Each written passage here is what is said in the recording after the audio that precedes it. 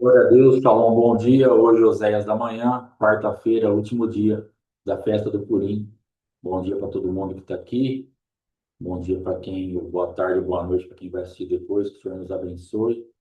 E eu creio que é uma festa que está sendo, pelo menos para mim, bem diferenciada no sentido de podermos entender melhor aquilo que Cristo fez para nós.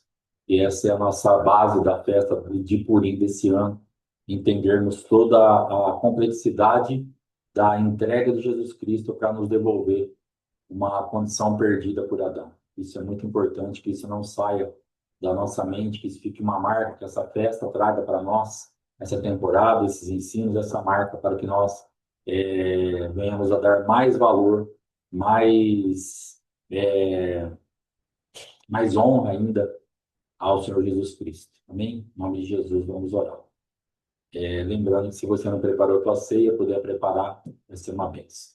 Pai, em nome de Jesus, eu quero te agradecer e te louvar por esse dia, por estarmos aqui na tua presença.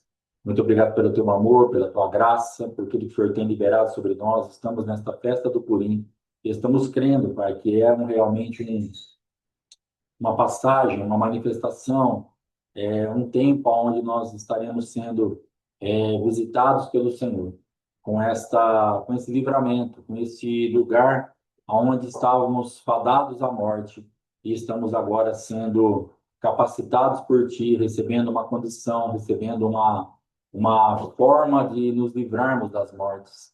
Nós já temos em Cristo a liberado sobre nós a condição de estarmos voltando para casa. E também temos em Cristo a condição de reinarmos nessa terra.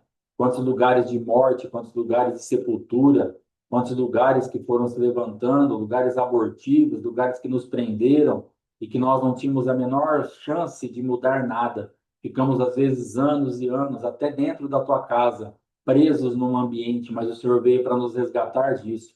E esta festa do Purim, para nós também, é motivo de nós engrandecermos ao teu nome, porque o Senhor tem trazido para nós libertação, cura, livramentos, entendimentos. O Senhor tem revelado para nós coisas que nos tiram de ambientes que nós ficamos por tanto tempo, que nos machucaram. Nós fomos mais machucados com o tempo que nós ficamos presos nesses ambientes do que aquilo que realmente as machucaduras que nós recebemos quando nós fomos inseridos nesse ambiente. Meu Deus, tem misericórdia de nós e que nós sejamos arrancados desses lugares pelo teu amor e pela tua fidelidade. Em nome de Jesus. Amém e amém. Amém, irmãos? Então, o desdobramento disso tudo, do motivo que nós estamos aqui, dessa festa do Purim, e nós estamos também declarando que o Senhor Jesus Cristo fez exatamente a mesma coisa que aconteceu naquela festa, naquele tempo, né, para depois virar uma festa, onde foi devolvido ao povo judeu uma condição de lutar para não morrerem. Esta mesma liberação foi feita através de Cristo, que foi o que nós falamos ali no primeiro dia. E é importante agora, hoje, eu entendendo um pouquinho mais e que nós entendamos o desdobramento, até onde isso chega, porque num primeiro momento, parece que ficamos meio que presos. Shalom, pastora, bom dia. Meio que presos, não presos, mas meio que limitados no entendimento que o Senhor veio para nos salvar, para nos resgatar e nos levar de volta para casa. E isso já é tremendo. Mas os desdobramentos disso também são muito fortes, porque ele veio para que nós pudéssemos reinar sobre essa terra. E agora na oração, eu entendi algo muito importante, porque preste atenção na minha vida, eu prestando atenção na minha vida, você preste atenção na sua, quantos anos nós ficamos ou estamos presos em um ambiente, em alguma coisa que aconteceu na nossa vida, que nos machucou, nos torturou, liberou realmente essa manifestação desse mingueleche, dessa tortura, desse sofrimento, por tanto tempo, que nos machucou muito mais do que o fato em si. Então, coisas na minha vida que aconteceram com o meu relacionamento, dentro de campo de abuso, meu relacionamento com a minha esposa, coisas que eu passei na vida, que os desdobramentos, os anos que eu fiquei sofrendo, sendo torturado, perseguido, atormentado, porque viram um tormento sobre aquele assunto, o sofrimento foi muito maior do que quando eu recebi a notícia, eu fiquei sabendo, eu passei pela situação. Então, o Senhor veio trazer também esta condição, para nós estarmos reinando sobre essas coisas. O que tem te aprisionado? O que você tem sofrido há tantos anos, mesmo sendo crente? Porque tem coisas que a gente fala e nós já somos crentes. Quanta coisa que eu passei, que eu estou vencendo agora, e quanta coisa eu tenho que vencer ainda, mas eu já sou crente faz 30 anos. Mas eu não consegui reinar sobre isso. Eu não consegui realmente estabelecer juízo sobre isso. Eu não conseguia sair desses lugares. Então, agora, para os irmãos terem uma base, um abuso que eu sofri dos 6 aos meus 9 anos, que depois agora faz 30 anos que eu sou convertido. Eu fui fazer uma limpeza adequada há 2 anos e pouco atrás, e eu fui sair dos ambientes agora, faz 2, 3 meses, quando a minha esposa falou assim, ó, você é revoltado por causa daquele abuso, trate isso. Faz 30 anos que eu sou crente. E eu fui sair agora, de uma vez por todas, dos desdobramentos daquele abuso de 51 anos atrás, agora, mas 30 anos de convertido. Se eu tivesse me convertido há 2 meses atrás, tá bom, então beleza. Mas por que eu fiquei 30 anos preso no campo da revolta, do ódio, de querer ainda passar pensamento, de ser torturado por aquilo, porque eu não estava reinando sobre esse negócio. Eu não executei juízo sobre esse negócio. Então é muito importante que nós entendamos que Cristo veio trazer justamente isso. Quantos anos eu fiquei sofrendo por causa da traição da minha esposa para com a minha vida? E agora, nos últimos anos, que eu estou saindo de uma vez por todas disso, para aquilo parar de me corroer por dentro. Porque aquilo, ela já era crente, ela já era nova criatura, mas eu ainda a via como uma pessoa que me traiu.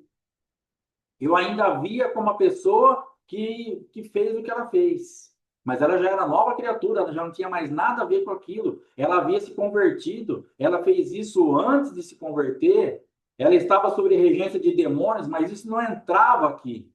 Entrava aqui. Eu pensava e ouvia. Meu raciocínio lógico fazia com que eu entendesse isso. O meu miolo absorvia isso e beleza, entendi. Mas e agora para minha alma ser sarada? E agora para isso descer? Então eu estava sempre querendo mexer nesse ambiente, eu estava sempre querendo conversar sobre esse assunto, saber alguma coisa, por quê? Porque aquilo era algo corrosivo, era algo que me atormentava. Então eu precisei fazer o quê? Tomar um posicionamento. A minha esposa, ela é nova criatura, ela fez isso na regência de demônio, aquela Fátima não existe mais, eu já a perdoei e agora eu vou decidir, agora é uma decisão, eu vou decidir andar fora do campo da revolta e fora do campo do justiceiro. Aí é decisão. Depois que isso desce e ele atinge a tua alma, e ele realmente reeduca a tua alma, te ensinando como que funciona, quando o pensamento vier de novo, porque às vezes pode não vir nunca mais alguma coisa, mas às vezes pode voltar, para justamente você pôr em prática aquilo que você está liberto. Então, Cristo agora me deu essa condição, e é mais um motivo para eu celebrar, para eu fazer a minha festa do Purim agora por uma condição que ele me deu. Porque, irmãos, é muito sofrimento. Você tem os seus sofrimentos, eu tenho os meus, mas eu fiquei dos meus 17 até agora há pouco dentro desse ambiente. São 40 anos. E para minha tristeza, 30 convertidos. Porque eu tenho falado nisso. A minha maior tristeza não é meu sofrimento antes de me converter. É o meu sofrimento depois, porque convertido tinha tantos recursos e não acessava muita coisa. Continuei preso em muitas coisas, sofrendo muitas coisas, como se eu não tivesse convertido. Eu estava salvo, mas não reinava nas coisas. Então, entenda essa salvação e esse reinado. Então, Cristo vem te devolver através daquilo que ele dá de volta para nós, aquilo que Adão entregou de reinado, com o seu próprio anel, Cristo vem e sela isso. Ele entregou ali a sua vida, o seu reinado, e ele veio também devolver agora o reinado, mas não só para voltar para casa, que é fantástico. Se Cristo tivesse feito só isso, e nós ficássemos sofrendo aqui pela existência da nossa vida e fôssemos morar no céu, já estaria de bom tamanho. Mas ele tem algo a mais. Então você e eu precisamos entender que tem algo a mais para você. Alfredo, tem algo a mais para você. Edna, tem algo a mais para você. Margarida, Carmen, Andelisa, pastora Sônia Bispo e os demais que estão aqui, que eu não consigo ver todos aqui, tem algo a mais para você e tem algo a mais para mim. Existe um reinado sobre isso. Você não precisa mais ficar nesta casa do sofrimento, nessa frequência, nessa regência, nessa perturbação diária. Então, essa festa do Purim, para nesse ano, o que foi liberado, o que está sendo liberado sobre as nossas vidas, é exatamente isso. Vocês não precisam ficar nisso. Saiam disso e celebrem ao Deus de vocês. Celebrem a Jesus Cristo, que trouxe essa liberação, que trouxe essa liberdade de você guerrear contra a revolta, guerrear contra ser justiceiro, guerrear contra perdoar a tua esposa, mas não viver de acordo com aquilo que você perdoou. Por que eu não conseguia desfrutar daquilo? Por que que a minha esposa, de vez em quando, depois de tantos anos, eu olhava para ela e eu a via exatamente quando eu tinha meus 17 e 18 anos? Por quê? Quem estava fazendo isso? Uma regência que me era contrária para me trazer sofrimento. Então, o desdobramento do sofrimento, digamos, original, para mim foi muito pior do que o sofrimento original. Porque o sofrimento original foi para mim assim a maior decepção, a maior dor, a maior frustração que eu tive na minha vida. Sofrimento original. Só que os desdobramentos é como se você tivesse uma ferida que não sarasse nunca. E além de não sarar, ainda todo dia alguém dá umas cutucadas. Então, assim, eu já passei por algumas dores bem agudas na minha vida, mas eu lembro uma vez que eu estava com uma machucado na perna e nós estávamos na casa do meu tio jogando truco, estava eu e ele de parceiro, a Fátima e a irmã dela também. Nós estávamos jogando ali na casa dele há sei lá quantos anos atrás. E aquele abençoado, ele olhou assim embaixo, eu estava de bermuda, ele olhou assim embaixo, ele viu a ferida e ele chutou com o dedão, com a unha meio comprida, dentro do negócio. Foi uma dor, irmãos. Vontade de dar um soco na cara dele foi grande. Muito grande. Mas graças a Deus eu não fiz isso. Mas uma dor por quê? A ferida está ali. Estava querendo e vem um instrumento de Satanás e chuta com a unha dentro da ferida. Então é isso que nós passamos dentro da situação daquela ferida original. Agora, todo dia, ou de vez em quando, não sei com que constância, na minha vida era todo dia.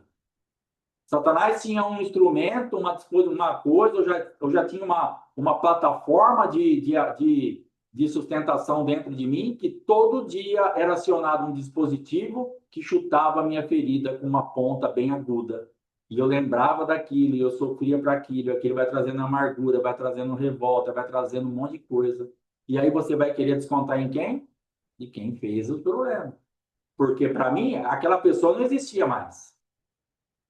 Mas a representação dela, visual, ela existia. A pessoa que eu passei pelo abuso, que deve estar viva até hoje, eu não via, mas mesmo para mim era um fantasma, era algo invisível que também me atormentava, não com tanta frequência, mas de vez em quando vinha aquela frequência, vinha aquela regência.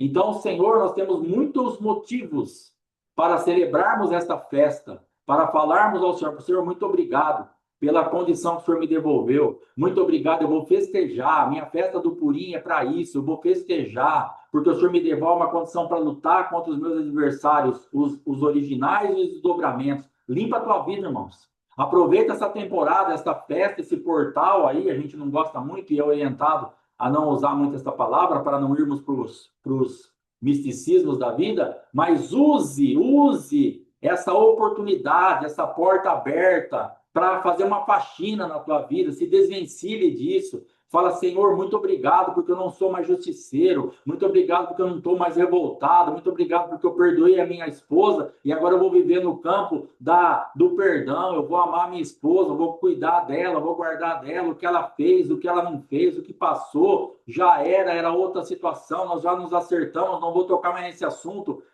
Caso encerrado, limpa a ficha, deixa a sua ficha assim, ó, uma ficha branca, uma ficha limpa. Isso aqui é a coisa mais fantástica que nós podemos alcançar, porque nós estamos muitas vezes com a oportunidade de ter uma ficha limpa, e a nossa ficha está assim, ó. Isso aqui são as minhas anotações. Não se preocupem com os rabiscos, que a minha mente ela é meio esquisita. Então, aqui, é isso aqui que Deus quer para você e para mim. Ó. Marca bem isso aqui. Ó. A minha ficha pode estar limpa. Eu posso sair dessa temporada de festa com a minha ficha limpa, meu coração limpa, minha alma limpa, sem essas manifestações, sem essas perseguições, sem esse sofrimento por algo que já acabou há tanto tempo. Limpa a tua ficha. Se tiver que perdoar, perdoa. Se tiver que pedir perdão, peça perdão. Vai lá na tua alma, fala, alma. Novamente, conversa com você, alma. Entende isso aqui. Fui abusado, é verdade, você tem razão, mas a informação que você tem até agora está desatualizada. Agora eu já perdoei, eu não quero mais me vingar, não quero mais ser justiceiro e não vou ser mais revoltado por causa disso. Se meu pai me protegeu, não protegeu, minha mãe, se seja lá o campo que foi, se foi covarde, se foi humilhante, se foi vexatório que eu passei, acabou. Eu venci isso. Eu não saí dessa situação, eu venci essa situação. Alma, acabou, esse assunto está encerrado. Ficha limpa. E vai tratando cada ponto da tua vida. Aproveita essa temporada. É um momento propício para nós nos apropriarmos disso para Senhor, muito obrigado. Muito obrigado, eu vou festejar. E mais tarde nós teremos aí, com a apóstola Fátima, a ministração dela, alguns louvores. Prepara aí um negocinho, irmão, vai fazer um banquete. Prepara um negocinho. Sei lá, uma bolachinha com requeijão e um copinho de suco, de água, de qualquer coisa que você quiser beber, só para a gente poder estar tendo um tempo de comunhão. A gente vai estar comendo aquele negocinho ali junto, vai estar festejando, vai estar louvando o Senhor com alguns cânticos e vamos celebrar, fazer essa festa. E entra nessa linha de raciocínio, em nome de Jesus. Amém? Esther capítulo 5, eu pus no grupo, eu creio que muitos não conseguiram, mas para ler o capítulo 5, 6, 7, 8, porque se eu for ler tudo isso aqui, nós vamos precisar fazer um Oséias aí até meio-dia, 1 hora, e nós precisamos fazer outras coisas. Mas, na verdade, o bolo de iogurte, faz aí se der tempo. Então, alguma coisa aí você vai preparar e vai ser bênção na sua vida. Então, irmãos, eu não vou poder ficar lendo, porque senão nós vamos gastar muito tempo. Mas Esther, capítulo 5, depois que ela encerra aquele tempo do jejum da oração, o que ela vai fazer? Ela, se você for ler lá no versículo 1, ela colocou as vestes reais. Então, aqui, ó, no terceiro dia, Esther se vestiu com seus trajes reais e se colocou no pátio interior da casa do rei, frente à sala do rei. O rei estava sentado em seu trono real, na residência real, de frente à sala da porta. Então, aqui, aquilo que nós falamos ontem, você vai passar por um tempo de jejum, de rasgar as vestes, e depois você vai se preparar para estar na presença do rei, para fazer a sua petição. Agora é hora de traje real para ela. Ela não ia se apresentar diante desse rei da terra toda rasgada, chorando, toda destruída, porque agora ela já fez isso. Lembra do filho pródigo? O que acontece? Uma vez eu falei, Senhor, mas o filho pródigo foi meio que fácil para ele. Porque ele pega todo o dinheiro, toda a sua herança, ele vai embora, ele faz o que ele quer, ele faz uma bagunça, ele afronta o pai, ele deixa o pai arrasado ali, ele pega o dinheiro, ele vai embora, ele faz uma declaração pública, já que o senhor não morre, me dá o meu dinheiro. Ele deixa o pai numa situação muito complexa.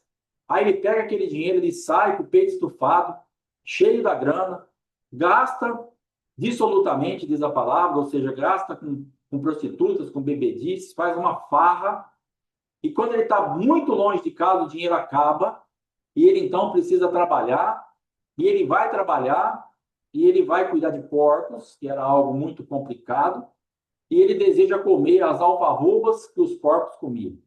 E naquele momento, ele cai em si. Então, se você for ler lá, vai estar escrito, caindo em si, ou seja, ele sai daquele lugar, e ele faz algo. Pequei, levantar-me-ei e irei ter com meu pai. Pequei contra o céu e contra ti. Já não sou digno de ser chamado teu filho. Da casa do meu pai, há comida para os empregados. Então, o que ele fez ali? Ele se arrependeu. Ele caiu em si e ele falou diante de Deus: pequei contra o céu, Senhor, pequei, me perdoa, foi pecado. Eu não errei, eu não tive uma atitude impensada, um rompante. Não, eu pequei. Então ele reconhece: eu pequei contra ti, e pequei contra o céu, pequei contra ti, pequei contra o meu pai, pequei contra tudo. E aí ele entra na rota da volta. E quando ele está voltando, e que parece que foi fácil, mas não foi nem ele se arrepender, ele teve que chegar num ponto de humilhação muito grande para ele se arrepender, e nem o retorno foi fácil. E aí, por isso que ele chega ali, logicamente tem a condição do pai que não perdeu a sua identidade de pai, mas também tem aquilo que ele tinha gerado no mundo espiritual, para ele poder ser recebido como filho. Então, na verdade, nós precisamos entender que esse tipo de comportamento da Esther, ela foi limpar o mundo espiritual primeiro em arrependimento, depois ela se apresenta diante do rei dessa terra, porque ela já tinha conquistado isso no mundo espiritual. E eu não lembro, Josué Irion, algumas pessoas ensinam isso. Falam: eu não vou para pregar num congresso ou fazer algum trabalho para fazer guerra lá. A guerra eu faço aqui, eu faço na minha casa, eu faço na minha igreja. Lá eu vou colher os frutos da guerra que eu fiz. Então eu não vou chegar lá, eu vou lá em Brodowski ministrar aula sábado e domingo. E eu vou fazer guerra. Não, eu vou fazer guerra lá. Lá eu vou ministrar diante da guerra que já foi feita para colher os frutos daquilo que eu ministrei. Então é um pouco diferente. Não dá para você fazer a guerra naquele ambiente.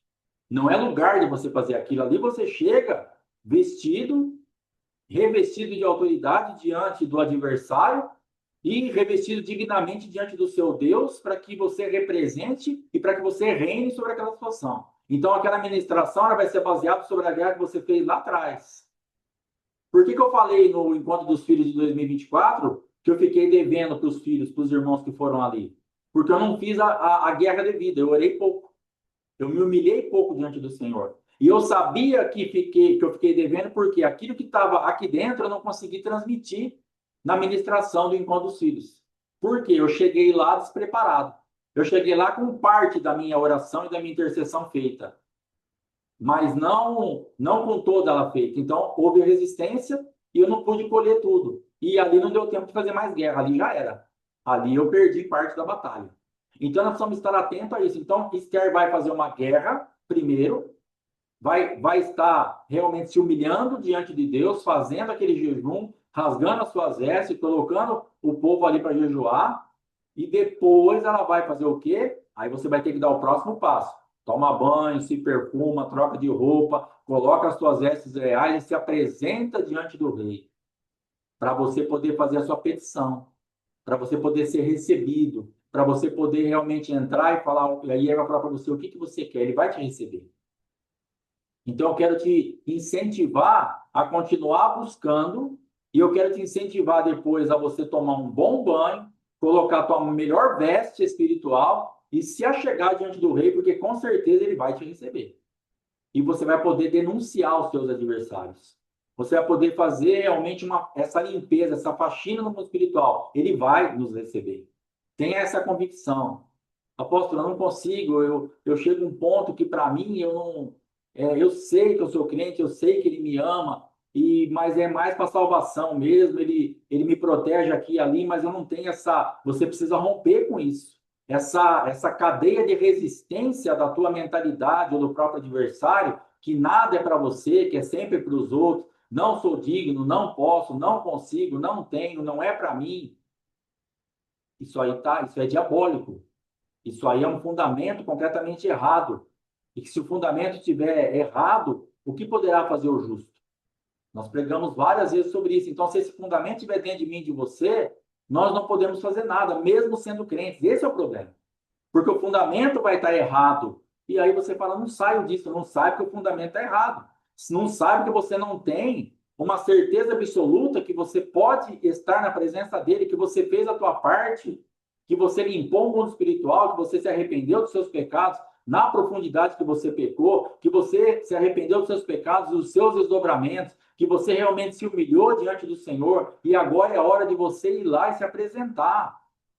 É para você, irmão, é para você, irmã. Não se sinta é, de alguma forma impedida ou indigna ou inapropriada ou que tem alguma resistência. Cuidado com aquilo que os homens fazem para você e você transfere isso para Deus. Cuidado com as aversões que nós temos nessa terra, com pessoas que não querem te receber, não querem te ver, não querem ter comunhão com você, pessoas que você fala, mas o que eu fiz? O que eu fiz para o meu marido, para minha esposa, para o meu pai, para minha mãe, para o meu filho, para minha avó, para o meu pastor, para o meu amigo? O que eu fiz? Não quer me ver, me trata mal, e no cuidado para você não transferir isso para Deus, se é que você já não transferiu. Parece que você olha para a imagem de Deus e é a mesma coisa, como aquela resistência que o teu marido tem para te ouvir, para te entender, para te compreender, para gastar um tempo com você. E você muitas vezes está nesse lugar. Se meu marido não faz isso, Deus vai fazer isso. Se o meu marido não me ouve, se o meu marido não presta atenção, se o meu marido não me entende, se o meu marido, o que Deus vai fazer para mim?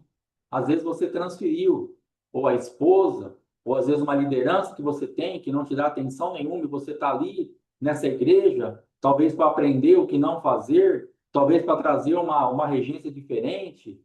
Existem alguns pontos que nós temos trabalhado nisso também. Mas o fato é que ele vai te receber. Ele não é esse teu marido carrasco ou que está preso por alguma coisa. Ele não é nada disso. Saia disso. Homem é homem, Deus é Deus. O apóstolo Estevão Hernandes falou isso uma vez, quando ele volta a tocar, acho que trompete, que ele ficou um tempo sem tocar, ele não fala, pelo menos naquele dia, o porquê dele parar, mas foi por causa de homens. E quando ele volta, depois de muitos anos, ele fala, hoje eu vou voltar a tocar, porque eu entendi que homem é homem e Deus é Deus. Então volta a tocar. Volta a pôr um instrumento que você tem afinidade, seja ele um instrumento de verdade, um instrumento de sopro, de corda, repercussão, ou seja um instrumento em qualquer área, sentido e aspecto, volta a tocar, irmão. Homem é homem, Deus é Deus. Volta a tocar, irmã. Volta a fluir no teu ministério, volta a fluir no teu chamado de amor. Por que você parou de amar? A tua marca mais forte é amor. Se você parar de amar, você está fadado ao fracasso, você não consegue amar mais por causa das feridas dessa terra, daquilo que fizeram sobre a tua vida, mas a tua marca maior é o amor, o teu chamado é o amor. Volta a amar, em nome de Jesus. Volta a tocar o instrumento do amor. Homem é homem, Deus é Deus. Volte a amar por causa daquilo que Deus te deu. Não continue parada de amar por causa daquilo que o homem te fez. Isso você vai ter que decidir e vencer. Então Esther estava aqui com as suas vestes reais, para agora sim ir adiante. E aí ela alcança favor diante do rei. E o rei estende o cetro e ela entra naquele ambiente e ela vai então ali começar a traçar uma rota de morte para Amã, para que ele fosse morto na mesma forca que ele tinha feito. Então, quem faz essa rota de morte é a própria Esther, porque ela começa ali, ela entra e ela pede o quê? Eu quero um banquete. Ela não foi ali denunciar, ela poderia ter chegado na presença do rei, no primeiro momento, o que você quer? Ele promete para ela metade de um reino. E ela poderia falar a mesma coisa que ela falou. Só que Deus tem uma forma de fazer. Precisava ser diferente. Tinha um feito memorável para se cumprir, estava lá, arquivado, guardado, blindado, nos cofres do céu, precisava ser posto em prática. Tinha algo público que precisava acontecer com Amã. Não era simples assim.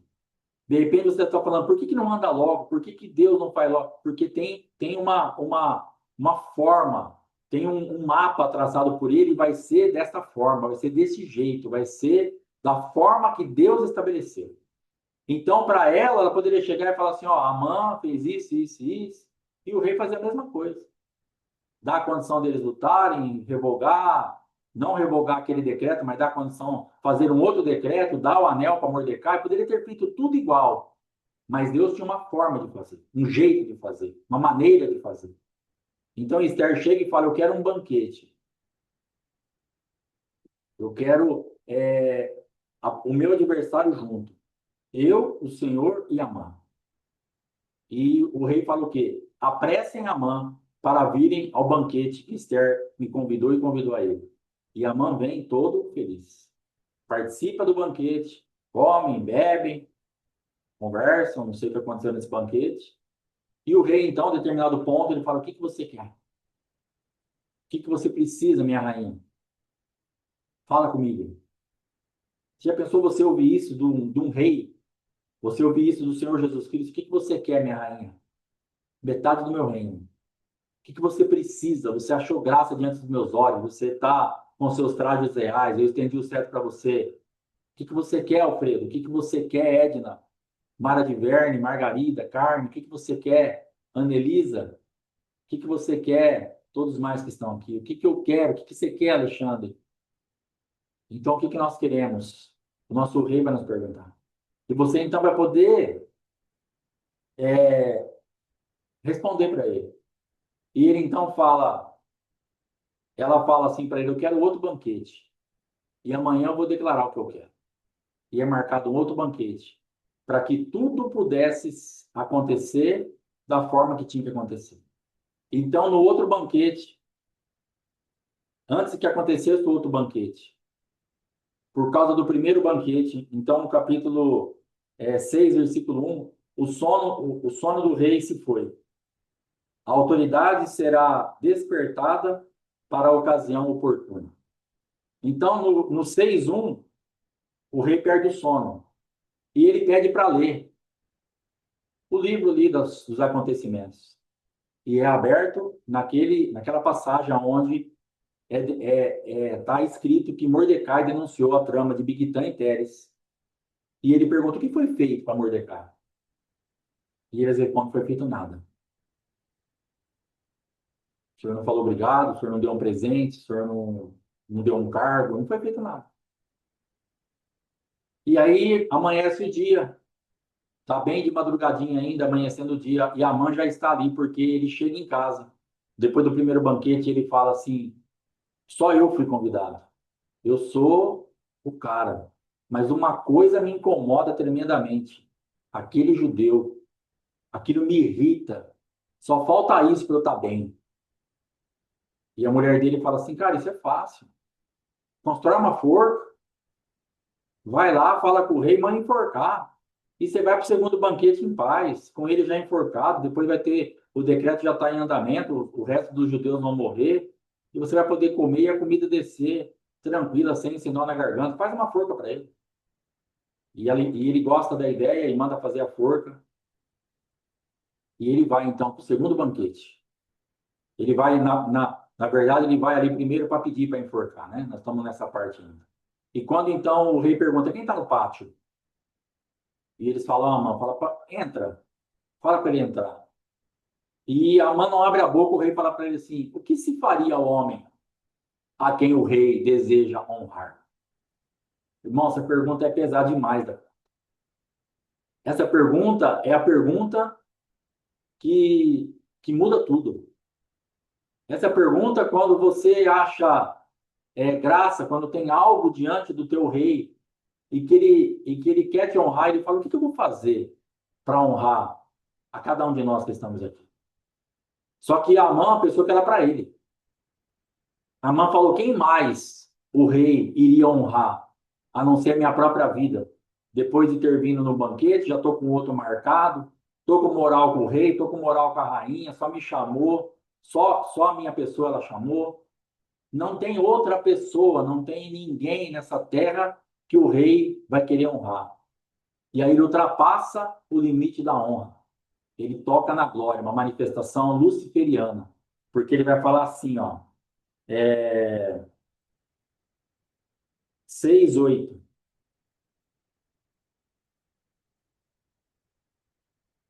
Vamos ler lá.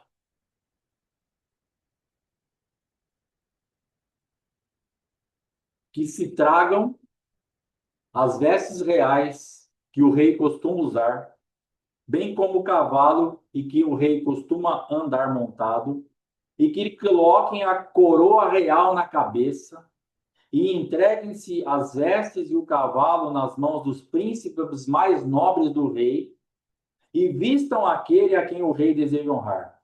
Levem-no a cavalo pela praça da cidade e proclamem diante dele: assim se faz ao homem a quem o rei deseja honrar. Manifestação luciferiana. Por quê? Porque isso aqui é exatamente o que Lúcifer fez lá antes da queda dele. Ele começou a fazer isso aqui. Porque Amã pediu o cavalo que o rei costumava andar, ele pediu a roupa que o rei costumava andar, a usar, e ele pediu a coroa que o rei usava. Ele queria ser o rei, que era o que Lúcifer queria ser. Lúcifer queria ser Deus. Manifestação de Lúcifer. Então ele está dentro do lugar onde ele ultrapassa o campo da honra. Ele poderia ter pedido muitas coisas, pensando que fosse para ele. Mas ele pede glória. Porque nós temos ensinado que Satanás ele busca duas coisas. E ele vai buscar isso incessantemente. E ele só encontra isso no homem: glória e semente. Então a glória é para ele comer daquilo que ele ficou viciado. E semente é para ele interromper o teu destino. Então presta atenção nisso, cuidado, porque todas as vezes que nós nos perdemos da rota, que nós entregamos a glória, nós estamos alimentando a Satanás. Porque ele é viciado nisso, ele precisa da glória. Por isso essa insistência de nos fazer parar, cair, não é só, entre aspas, para ir para o inferno, mas ele precisa desse alimento. Ele é totalmente perdido, ele quer muito a glória. Então ele caça isso. E semente para mudar nosso destino profético. Nós já temos ensinamentos sobre isso. Se alguém se interessar, nos pergunte aí que a gente manda as ministrações sobre semente e sobre glória. Mas, na verdade, esse homem, então, ele ultrapassa esse limite. Então, aqui ele revela o coração. A boca fala do que o coração está cheio. A boca fala do que transborda o coração. Então, Amã pega e fala: eu quero isso aqui. Eu quero esse negócio aqui. Eu quero a glória. Rei, eu quero ser você. Ele estava falando para o rei declaradamente: eu quero ser você. Eu quero fazer o que você faz. Eu quero andar no cavalo que você anda. Eu quero vestir a tua roupa. Eu quero sentir o cheiro da glória sobre mim. Eu quero ver os príncipes. O que Lúcifer fez? 1/3 dos anjos para glorificar. Eu quero ver esses que adoram a Deus me adorarem. Eu quero ver esses que proclamam o nome do rei puxarem esse cavalo e dizendo: isso é o que se faz ao homem a quem o rei deseja honrar. Ele não fala pega um servo. Ele fala pega os príncipes, pega os nobres. Pega alguém que pode realmente dar glória e faça puxar o cavalo. O teu cavalo que eu vou estar montado. A tua coroa que eu vou estar usando. E as tuas vestes que eu vou estar vestindo. Manifestação de Lúcifer. Só que ele é surpreendido com uma resposta muito devastadora para ele. E que ele não tem o que fazer, porque era uma resposta de um rei. O rei fala para ele assim: não. Então o rei disse a Amã: apressa-te, versículo 10. Apressa-te, pega as vestes e o cavalo, até aqui estava tudo bem, como mencionaste, e faze assim para com o judeu Mardoqueu, ou Mordecai. Aqui a batata começa a assar. Aqui, aquilo que estava determinado para que a rota profética de morte se estabelecesse sobre a vida de Amã, começa a acontecer com muita força. Para com o judeu Mardoqueu, que está assentado à porta do rei, e não omitas nada do que disseste. E Amã tomou o manto e o cavalo, vestiu Mardoqueu e o levou montado pela praça da cidade, proclamando diante dele: assim se faz ao homem de quem o rei deseja honrar. A pergunta que não quer calar, que talvez esteja dentro de mim, de você, e esteve dentro de mim hoje de manhã, quando eu estava pensando, lendo aqui na palavra. Mas se é uma manifestação luciferiana, e se é uma glória, então Mardoqueu tocou na glória, porque ele vestiu a veste, ele pôs a coroa e montou no cavalo. E teve um nobre, o mais nobre, puxando ele, dizendo, gritando, proclamando, era para gritar, não era para falar isso que se faz ao homem. Não era esse desânimo, não. Embora ele tivesse esse desânimo interno, que a voz não queria nem sair, Embora ele tivesse um desânimo interno, que ele não tinha força nem para puxar o cavalo, ele queria sumir dali, mas ele teve que ter força para pegar aquele cavalo, força para andar e força para proclamar. Isso é o que se faz ao homem a que o rei deseja honrar, para todo mundo ouvir. Então a pergunta que não quer calar, então Mardoqueu tocou na glória? Não tocou na glória. Porque o que estava no coração de Mardoqueu era humildade, era humilhação, ele estava quietinho lá. Para ele, foi um campo de honra, parou por aí, porque o rei quis dar isso para ele. Entenda essa diferença. É a mesma situação, só que na regência diferente. Para Amã, era uma manifestação de querer tocar na glória, uma manifestação luciferiana. Para Mardoqueu, uma honra. O rei decide fazer aquilo. O rei permite que aquilo seja feito. Embora a ideia tenha vindo de uma motivação equivocada, mas o rei processa aquilo e fala: é justo. O tanto que ele plantou foi a minha vida que ele livrou. Honre ele a esse ponto. E então Mardoqueu foi honrado. Com aquilo que era glória na manifestação de Amã, foi honra para Mardoqueu. O mais alto nível. Deus, então, o rei então se manifesta no mais alto nível de honra para aquele homem. O cavalo, a veste e a coroa do rei. E puxado por um nobre gritando: isto é o que se faz ao homem a quem o rei deseja honrar. Irmãos, tem honra para você. Se o teu coração estiver limpo, você não estará tocando na glória. Se a minha vida estiver limpa diante do Senhor, quantas coisas têm acontecido nas nossas vidas nos últimos tempos, que eu falo: meu Deus do céu, o que está acontecendo? É honra. Se eu tivesse tocado nisso antes, se eu tivesse desejado isso antes, eu não ia tocar, eu estaria querendo tocar na glória, mas hoje, para mim, está chegando como honra. É Deus que está decidindo fazer isso. O que está chegando na tua vida não é porque você, cara, tem feitos memoráveis. Não é porque você é melhor que os outros, mas é porque você plantou isso. Então, não fique numa falsa humildade falando: ah, não é para mim. Agora estão querendo isso, estão querendo aquilo. Estou aparecendo muito, estou aquilo. Irmãos, é a tua honra, é o teu momento, é aquilo que você plantou, é o acesso que Deus está tendo ao teu feito memorável que estava guardado para tempo oportuno. Chegou a tua vez, só receba a honra e acabou. E dá a glória a Deus. A nossa parte é receber a honra e dar glória ao Senhor. Honra quem tem honra, a glória é toda dele. Então você pode sim, e você deve sim receber isso. Acabou. E você vai sair mesmo de trás das malhadas. Aquilo que Davi recebeu ali, pegando um gancho aí no que a irmã Daiane está falando, foi exatamente isso. Para muitos ali era uma glória. Mas para Davi, ele tinha gerado isso lá no pasto.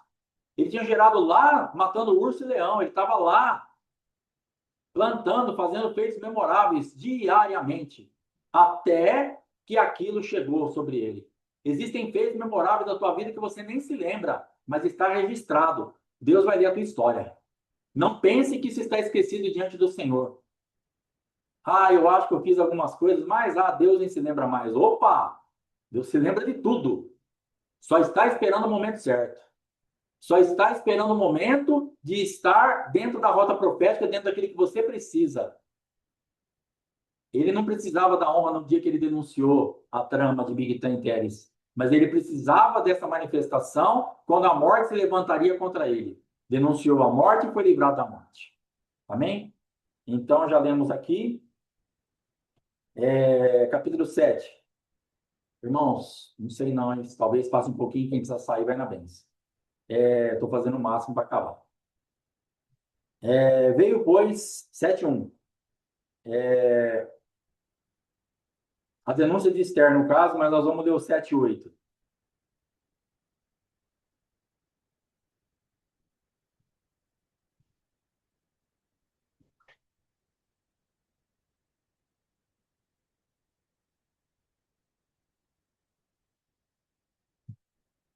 Tornando-se o rei, eu pulei um pouco para dar tempo, a gente vai entender do mesmo jeito, mas sem estar lendo tanta coisa.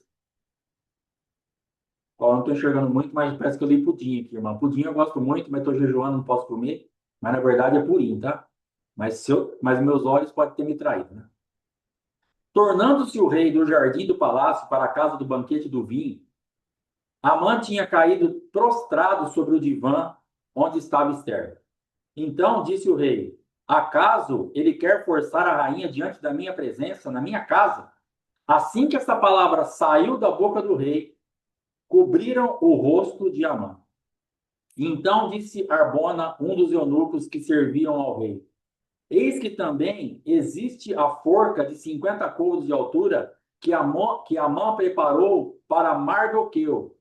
Aí ele desperta a memória do rei de novo. Vai que o rei tinha esquecido, ele fala assim para o rei: A Amã, que está aí agora em cima da tua esposa, e que agora ela já está com o rosto coberto, eu vou te dar uma ideia. Tem uma forca pronta.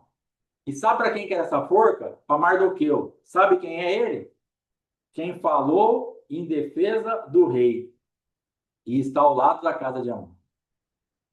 Então o rei imediatamente fala o quê? Enforque-o, enforcai-o nela.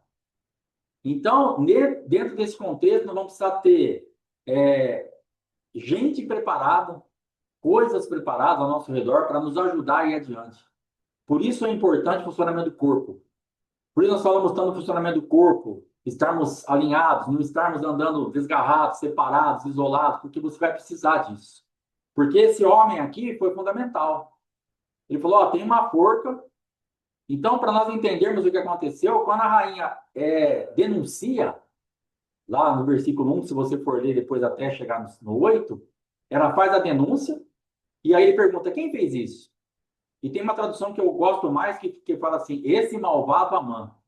Então eu vejo ali uma rainha falando com o rei, que tinha um malvado querendo pegar ela. Ah, irmão, quando você falar para o rei que tem um malvado querendo te pegar, fala para o rei, fala para o teu rei, fala para Jesus Cristo. Denuncia. Está chegando a tua hora, vai denunciar, fala o malvado tal. Denuncia como malvado. O rei se enfureceu. E ele levanta e sai e vai ali para uma varanda, para um pátio, para pensar o que ele ia fazer. E quando ele volta, ele está debruçado porque ele estava ali tentando reverter o quadro de alguma forma. E o rei então fala: Você vai estar em cima da minha esposa aqui dentro da minha casa. E imediatamente encapuzado ali ao fim da linha. Acabou. Essa representação máxima de Satanás dentro do rei e contra os judeus ali estava sendo já colocado em trevas e já foi decretado logo em seguida, no minuto seguinte, a sua morte através de uma forca feita para o seu adversário. Essa forca não é para você de jeito nenhum. Você pode estar com medo, você pode estar pensando. Mordecai nem sabia da forca. Ele nem ficou sabendo da forca. Ele ficou sabendo da forca depois que o adversário já tinha sido enforcado nela. Fantástico isso. Ele só ficou ali. Mordecai estava sendo. Irmãos, por isso que eu falo, quando você está na rota, quando você está encaixado, nós temos dado testemunho aí eu tenho prestado atenção assim, desde a viagem nossa das férias, no dia 21 de dezembro para cá. Irmãos, o que eu tenho de ponto para levantar, de Deus encaixando coisa passo a passo, é algo assim impressionante. Você está na rota, Deus é responsável por você, Ele está cuidando da tua vida, você está aí por conta e risco dele. Irmão, entra na rota, pelo amor de Deus. Para de resistir de estar encaixado em Deus. Mardoqueu só estava na rota, ele estava lá no canto dele, ele não sabia nada que estava acontecendo no mundo espiritual, no sentido do que estava sendo tramado, uma forca sendo construída, o cara está de boa, a mãe do lado na presença do rei para pedir o enforcamento dele, o cara está de boa, o rei perdendo o sono para lembrar dos feitos memoráveis, o cara está de boa, depois vai lá com o cavalo, ele anda, ele não está entendendo nada. Você acha que esse homem entendeu o que estava acontecendo ali? Quando Amã chega diante dele, nunca obedecer e vai. Nunca na vida que aquele homem estava lá, no lugar que ele estava sempre, e vendo aquele olhar furioso de Amã contra a vida dele, aquele olhar de morte, porque entenda que esse homem ele recebeu, Mordecai recebia todos os dias um olhar fulminante de morte. Ele tinha um encontro diário com a pessoa ali, uma representação de Satanás, todo dia, olhando para ele. É isso aí, nós vamos saber lá na glória, porque, irmãos, é muito livramento, é muita coisa. Então, na verdade, ele estava recebendo essa manifestação de morte todo dia, nos olhos de Amã, no comportamento de Amã, e ele estava ali quietinho, só fazendo o que ele tinha que fazer, só não se prostrando diante do adversário, só ficando quietinho na presença de Deus. Fica quieta na presença de Deus. Para de de se prostrar diante do adversário. Quais são os seus adversários que você tem se prostrado? O que você tem feito? Irmãos, fica quietinho na tua posição em Cristo. O resto é com Ele. O resto é com Ele. Ele vai fazer o negócio. E aí chega esse cara que queria matar ele, e ele sabia disso, com um cavalo real, vai vestir ele, vai colocar uma coroa na cabeça, ajudou ele a subir no cavalo e puxou o cavalo usando o seu próprio fôlego de morte para declarar a vida. Isso é o que se faz sobre o homem a quem o rei deseja honrar. Meu Deus do céu! É muita coisa. E ele só estava encaixado. Você não precisa ficar pensando o que eu tenho que fazer, é só ficar descansado nele. É só ficar encaixado nele, ele vai fazer para você. É dele o fazer, o efetuar, ele vai fazer. Então, do dia 21 de dezembro para cá, eu saí de casa, passei ali em Brodowski, comi um bife milanesa, maravilhoso, aleluia, carabachai. Comi um bife milanesa, fiquei ali com os irmãos, com o Alfredo, com a Ana Lúcia, com a Amanda, a Sara, o pessoal todo ali, a Larissa, Ezequiel, o Pedro. Bifinho milanesa, top de line, alcatra com a gordurinha. Excelente, começou a minha rota de vitória. Aleluia, estou de férias. Joguei uma sinuquinha com o Alfredo, dei uma surrinha básica nele para ele não ficar muito triste. E segui viagem, cheguei no Capitólio, fiquei uma semana lá, de boa, com dor, mas Deus me guardando. Passeamos, brincamos, comemos, passeamos de barco lá, de lancha. Voltei para casa, chegou aqui dia 29. As costas estourou de uma vez. Mas eu já estava em casa. Eu já me guardou na minha rota. Dia 1º aparece quem? Dom Brito Monteiro. O menino mais lindo do universo. Nasceu. Eu já estava em casa. Eu poderia ter nascido, estava lá no Capitólio. Ia ser um negócio. Mas Deus foi encaixando tudo. O Alfredo ia vir para casa. Eu com a dor nas costas. Fui segunda-feira no médico, que eu detesto ir. Falei, preciso de um remédio. Me aplicou uma injeção. Falou, cara, essa injeção vai resolver o BO. Porque eu queria recebê-los aqui. Aí eu falei, Fábio, eu vou tomar injeção para eu poder dar conta de receber o Fredinho, até poder abrir lá, dia 5, o Bolívar volta, eu vou lá, eles já passaram por aqui e vai estar tudo na benção. Tomei a injeção, mesma coisa de nada. Terça-feira, mandei para o Alfredo. Alfredo, não vou dar conta, cara. Quiser vir, eu vou estar impedido um monte de coisa, mas não é se vira aqui. Não, não vou. No dia, iria chegar num dia, o Dom ia nascer no outro. Ia perder a viagem, porque ou ele ia ficar sozinho aqui em casa, que ele não ia fazer isso, e ele ia embora. Então Deus foi guardando de todas as coisas, tudo. Aí depois da cirurgia, o tempo de ficar a minha esposa em Bauru, eu arrumar tudo isso aqui. Ela foi cuidar do Dom, eu arrumei da igreja, lá da porta da igreja até o portão da minha casa, eu coloquei tudo em ordem, estava tudo certo. Quando eu fui para a cirurgia, depois eu voltei, eu falei, meu Deus, está tudo certo. Já estava tudo pronto. Então Deus vai cuidar de você em cada detalhe. Só fica quietinho no teu lugar, em Cristo. Onde eu tenho que ficar, apóstolo? Em Cristo. Mardoqueu estava escondidinho em Deus ali. Ah, mas o adversário está passando babando, mas não vai fazer nada. Deixa babar. Deixa babar. Está ao teu derredor, como leão, procurando a quem tragar, mas não vai te achar. Deixa babar. Apóstolo, eu sinto fungar no meu cangote, deixa fungar.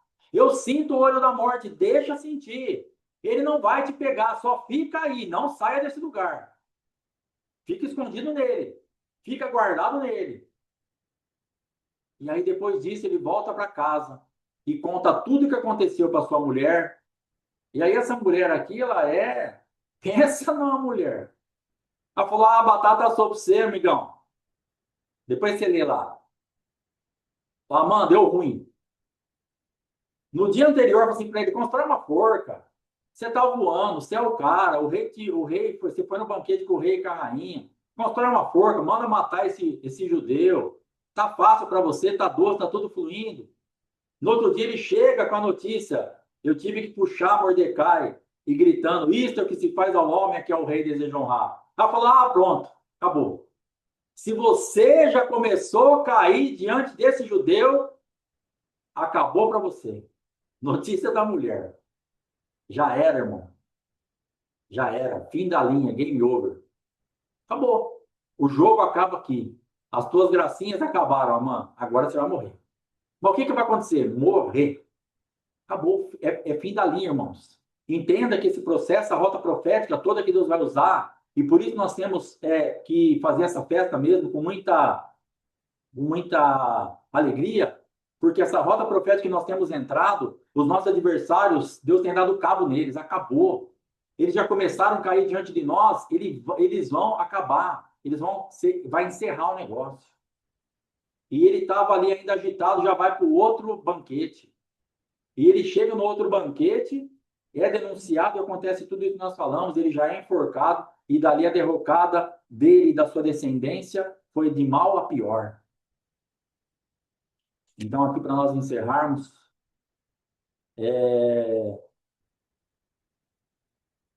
8:11.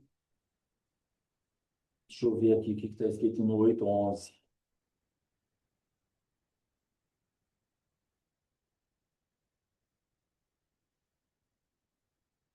Então, aqui é o fechamento, é o bojo, é o ápice do negócio. 8:11.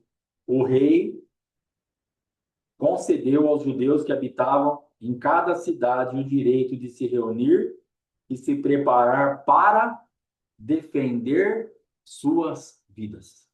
Então, coloca isso na sua cabeça. O que Jesus veio fazer para mim? Devolver para mim o direito de eu defender a minha vida na totalidade. Tanto a minha vida para voltar para casa, para a salvação, quanto a minha vida para reinar nessa terra. Então, isso aqui que foi dado pelo rei, ele concedeu aos judeus o direito de se reunir e defender suas vidas. É isso aqui que foi liberado sobre nós. E o que eles podiam fazer? Eles podiam exterminar, matar e aniquilar toda e qualquer força armada que viesse contra eles, contra crianças e mulheres incluídas, e poderiam saqueá-los de seus bens. Então, é livramento de morte. Agora eles não vão morrer, eles vão matar, e eles vão ser enriquecidos ainda. Então, esse aqui é o bojo, é o âmago da questão. É um negócio que nós temos que entender. Então, tá bom, apóstolo, o que eu tenho que festejar? Você tem que festejar aquilo que Jesus te defendeu, aquilo que Jesus te liberou, vindo para cá e dando um anel para você selar o teu novo destino, fazendo um novo decreto selado com o anel dele. Agora você não precisa mais ficar, você não está mais sem defesa, você não vai morrer. Agora você pode matar, pode exterminar e vai tomar os bens. Aquilo que o adversário estava achando que ele ia levar é teu. Aquilo que estava acumulado no adversário é teu. Entenda isso. Então, esse é o nosso motivo deste ano de festejarmos a festa do Purim, em nome de Jesus. Amém, irmãos? Então, você que entendeu isso, se você quiser selar isso como oferta, vai estar lá a chave Pix lá nos grupos, você sele isso como oferta. Fala, apóstolo, eu entendi isso.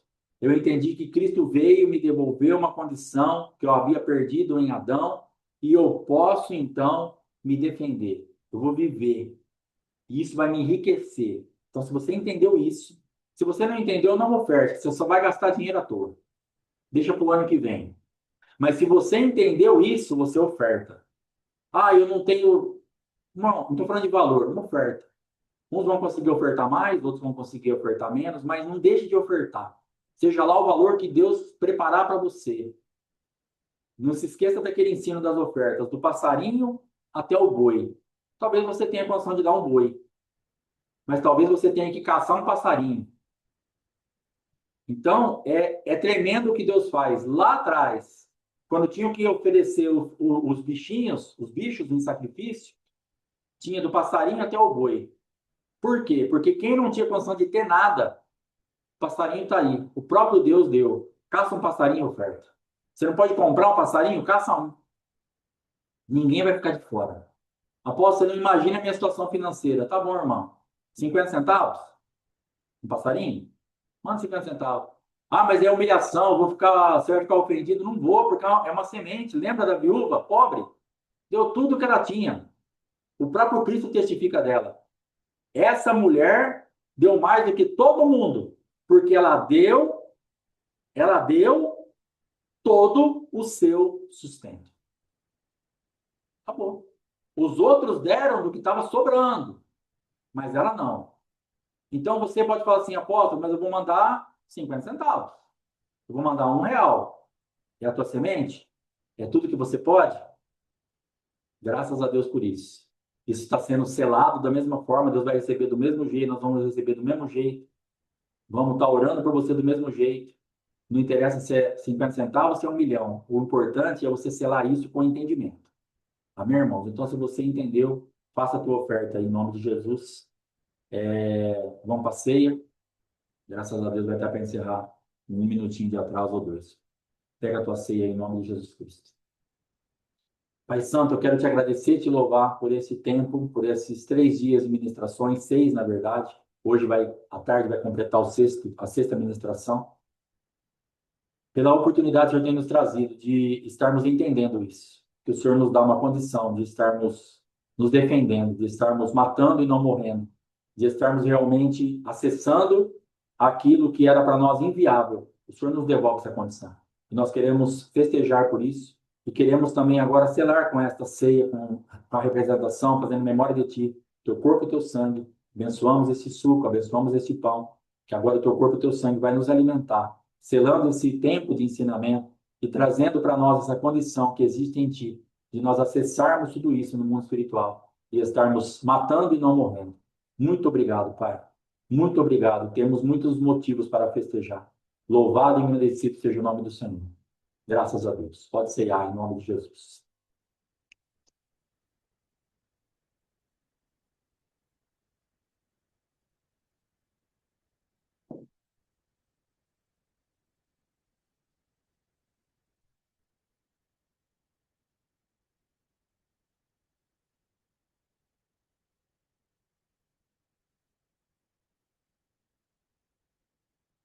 Glória a Deus. Amém, irmãos? Então é isso daí. Deus abençoe. Muito obrigado por tudo. Fiquem na bênção. Às 15 para as 3, então, a ministração do Oséias da tarde, 15 minutinhos de oração em línguas. E depois a ministração da festa do Purim. E o apóstolo Fátima aí prepare alguma coisinha para você estar comendo conosco. Fazemos uma mesa de comunhão, e mesmo à distância, em nome de Jesus. Muito obrigado. Shalom. Fogo no bicho. Glória a Deus.